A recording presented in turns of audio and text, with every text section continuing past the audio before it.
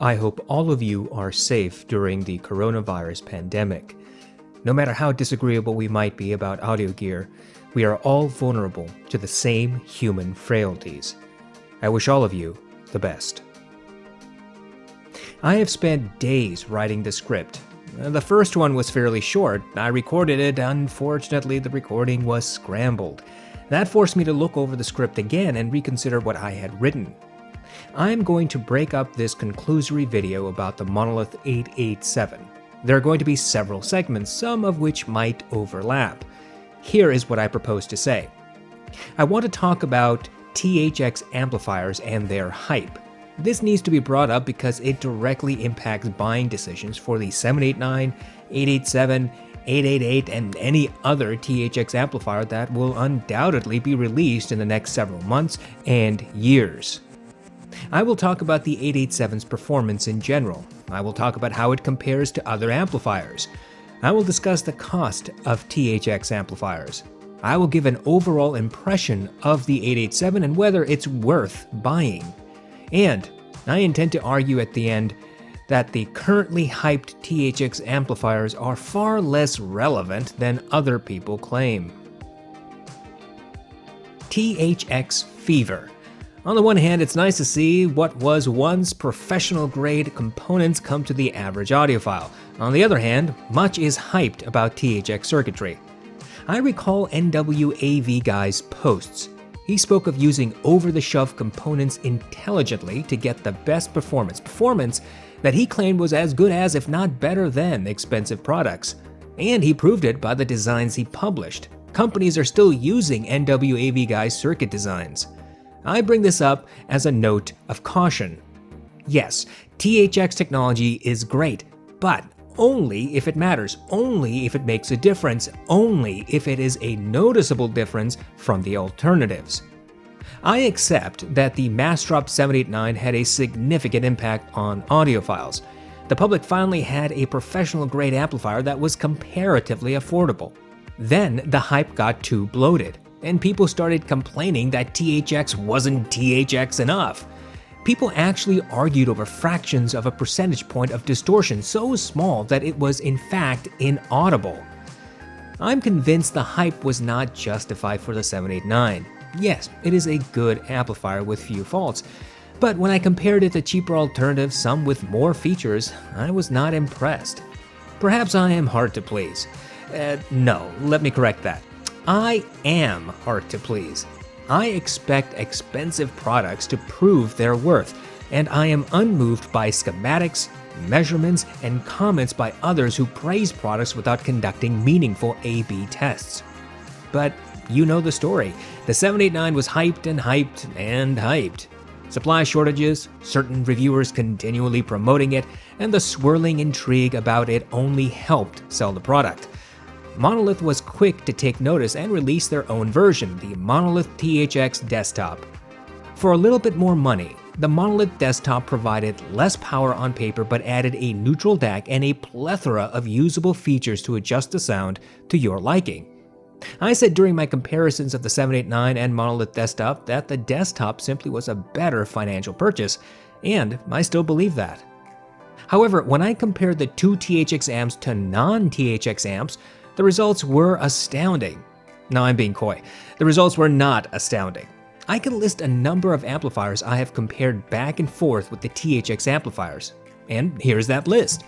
The JDS Labs Element, RME ADI2 DAC, Rupert Neve Headphone Amplifier, FIO K5 Pro, hifi Zen DAC, hifi Micro IDSD Black Label, Shit Magni 2, Shit Magni 3 Heresy, Aston Kern L1000, audeze Deckard, FIO Q5, X-Duo XD05, Monolith THX Portable, Chord Mojo, Fostex HP A4, Burson Audio Soloist Mark II, Burson Audio Play, Bellari HA543, and Bellari HA540 Mark II.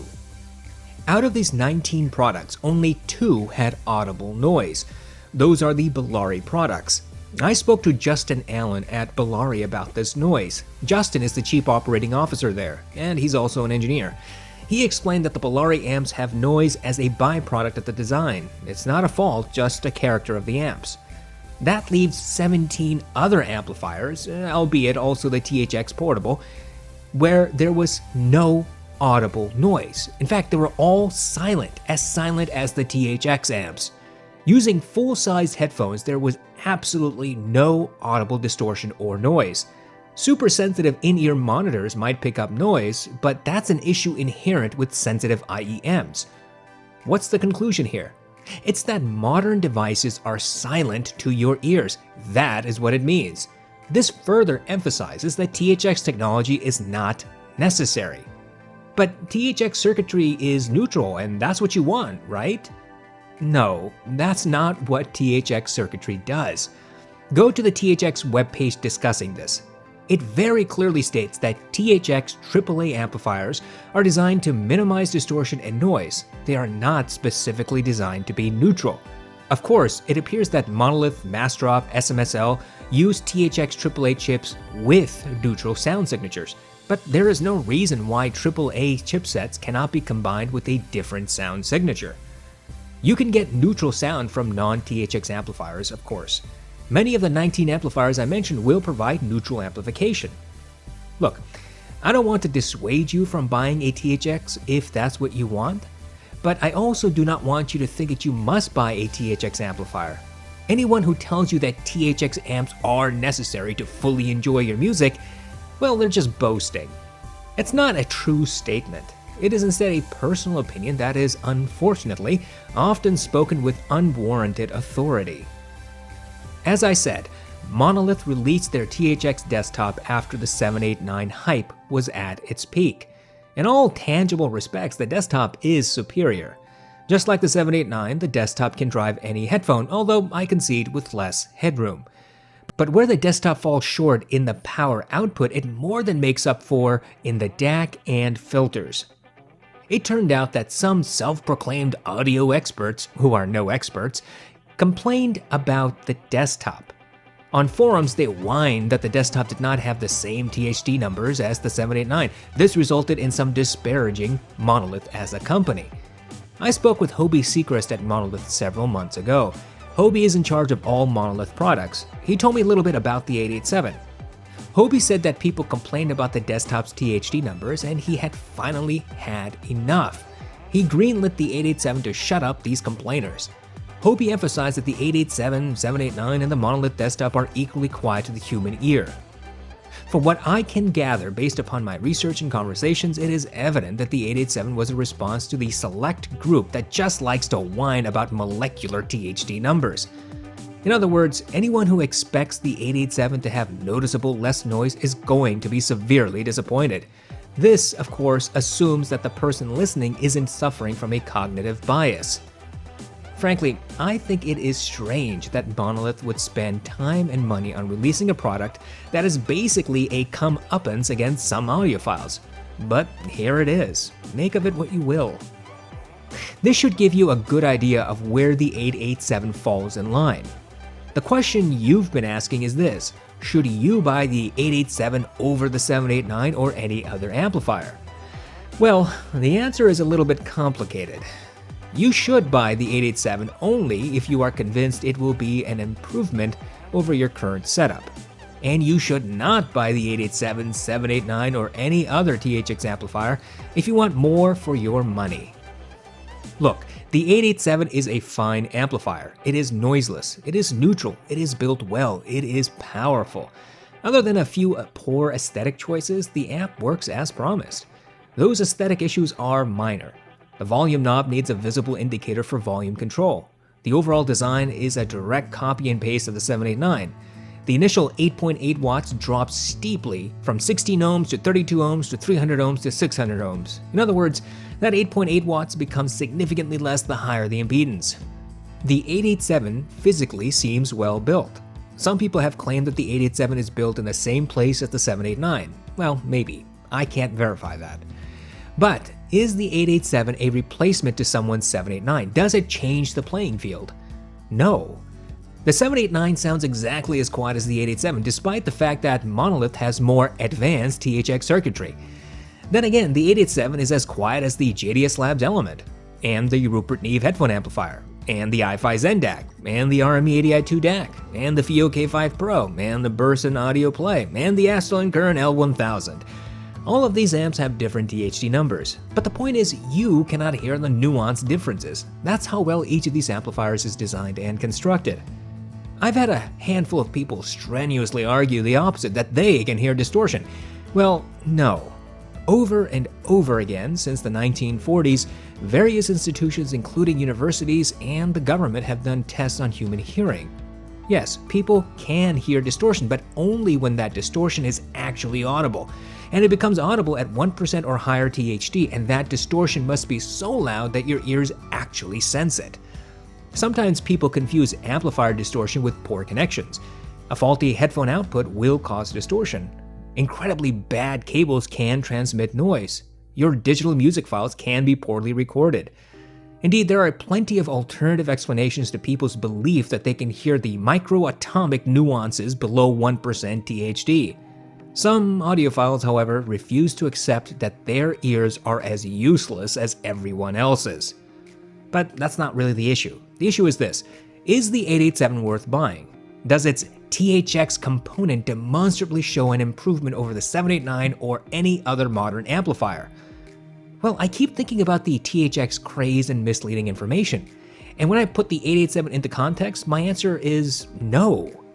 The 887 is not a demonstrable improvement over the 789 or any other modern amplifier.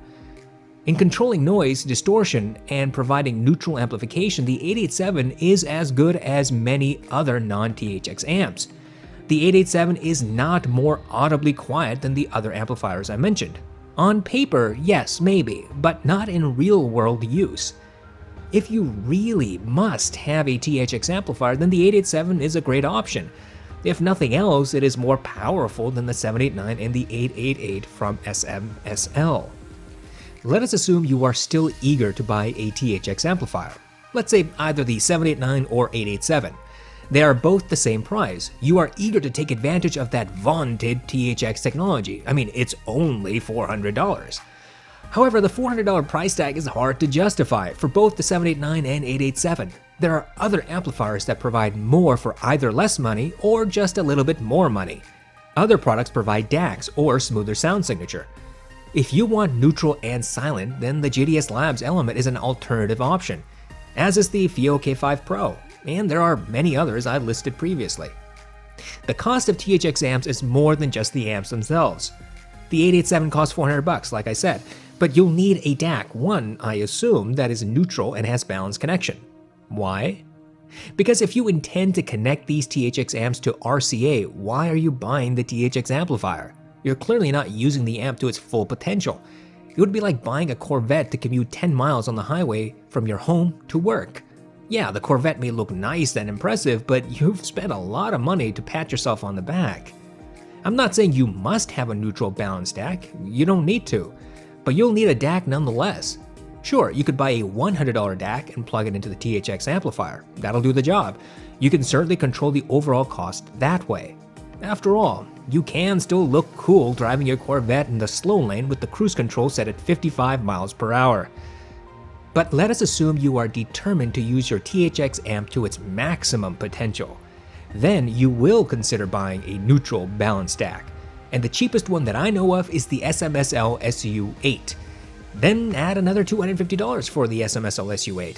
Your total package, in return, is $650 before taxes and other fees. For $650, you absolutely have a wide swath of options. Consequently, unless you already have a DAC you're happy with, the 887 is an expensive foray into the THX world. But that's true for almost all THX amps. The 789 and 888 from SMSL have the same problem. It may not be a concern for everyone, but those who are on a tight budget or are simply more budget conscious might be put off by the price tags. Someone will want to spend money once. They will be ready to pay whatever it takes to get a setup that works for them. That's totally fine. For them. But most audiophiles don't have money falling out of their pockets, and the THX hype train is a dangerous one to ride.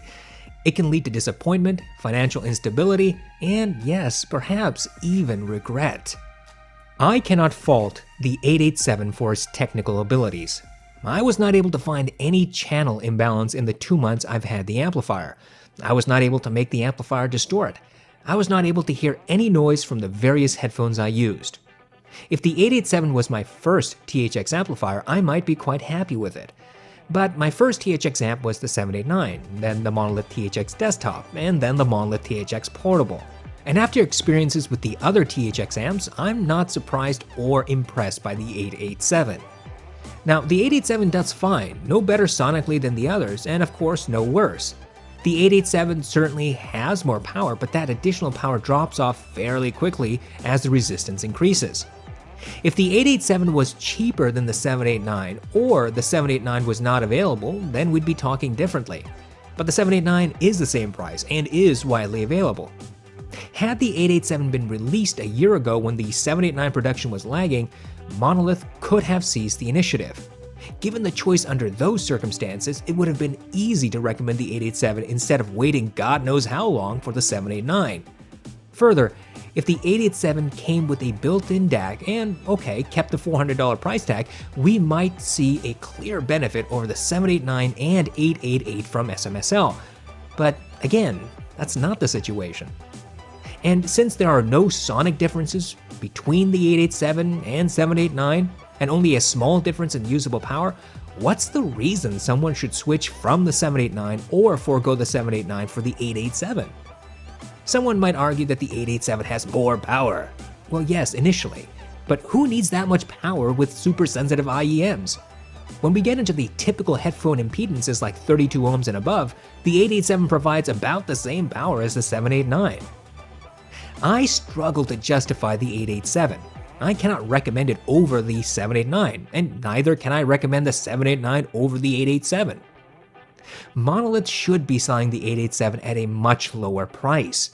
If Monolith wants to compete, then it has to do it meaningfully.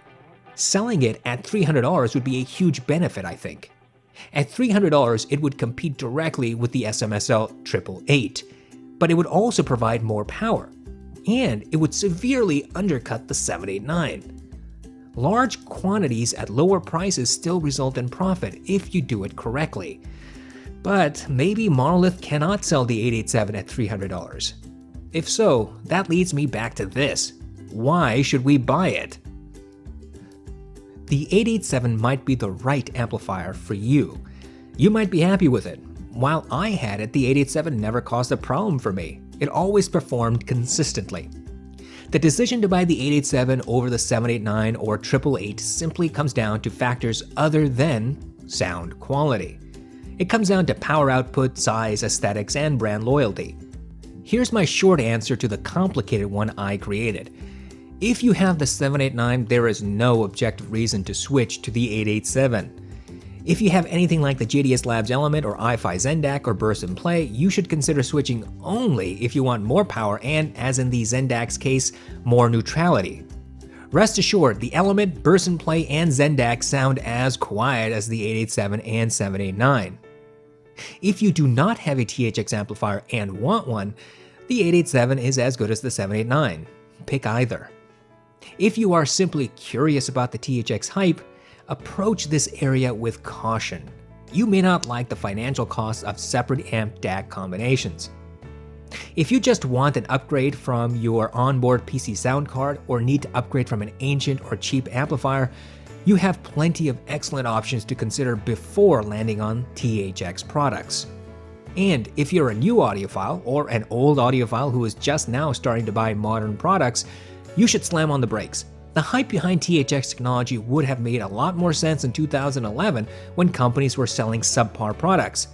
But in the year 2020, the 789 and 887, and I assume the 888, do not provide audible noise reduction when compared to quality non-THX alternatives. There are of course modern amplifiers that do have audible noise. If you purchase a no-name Chinese amplifier off eBay, don't be surprised if distortion is thrown in free of charge. Even pricey portable digital audio players like the FIO M11 have noticeable noise. And there are amplifiers that have some noise and distortion by design. The Bellari amplifiers come to mind. Therefore, I'm not saying that all modern amplifiers are as quiet as the THX options. You will find noisy products in the market, products that are unsuitable because of bad design, faulty components, or purposeful design with some noise as a byproduct. But you should not think that eliminating noise and distortion is necessary. It isn't. If the noise or distortion is audible and you simply dislike it, well, that's a good reason to find a product that satisfies you. If you hear noise or distortion but that disappears when audio is playing, then you should not rush out to simply empty your pockets on a new amplifier. I mean, how many people sit with their headphones on their head plugged into an amplifier and just listen to nothing? I have a few amplifiers that have audible noise and distortion, and in all cases that distortion and noise is lost when the audio plays. The reason I do not get rid of those products is because they offer something sonically unique. I am willing to accept the discernible noise when audio is not playing for the listening pleasure I get when the audio is playing. These are factors everyone should consider. Look, there are a lot of good products out there. If you jump on the THX bandwagon, if you get led by the hype, you will bypass many great options. Options that might fit your listening style better than any THX amp setup. People regularly ask me for component recommendations, and my mind never goes to the THX amps first. When people tell me their budget and listening preferences, I recommend options that some are surprised doesn't include the 789 or other hyped product. And the reason is simple. It's because I've had experience with all the products I suggest. I've compared them. I know their capabilities. And when I explain this to people who ask, they are either intrigued or pleasantly surprised at saving money. Here's an example. If you want a noise and distortion-free amplifier to power your HD 650 or hifi Mansundara and listen to music casually, why on earth would you want to spend $650 on a THX amp DAC combo? Why not consider the $130 Zen DAC with its excellent DAC, balanced output, IEM mode, and bass boost feature? For $130, you get an excellent little package that can easily drive the HD 650 or Sundara. Or you can also choose from the JDS Labs Element, FIO K5 Pro, Fostex HPA4 Burson Audio Play, or the Monolith THX Portable, FIO Q5, X-Duo XT05, and many others. If you want a stack setup with a separate DAC and amp, then the Shit Magni Heresy at approximately $100 is an excellent, powerful, silent amplifier. You can pair it with the equally cheap Modi DAC.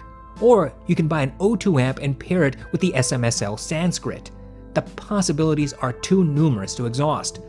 In other words, unless you are fully devoted to the THX marching band, you have plenty of excellent alternatives. I'm not suggesting people should disregard the 887 or any of the THX amplifiers.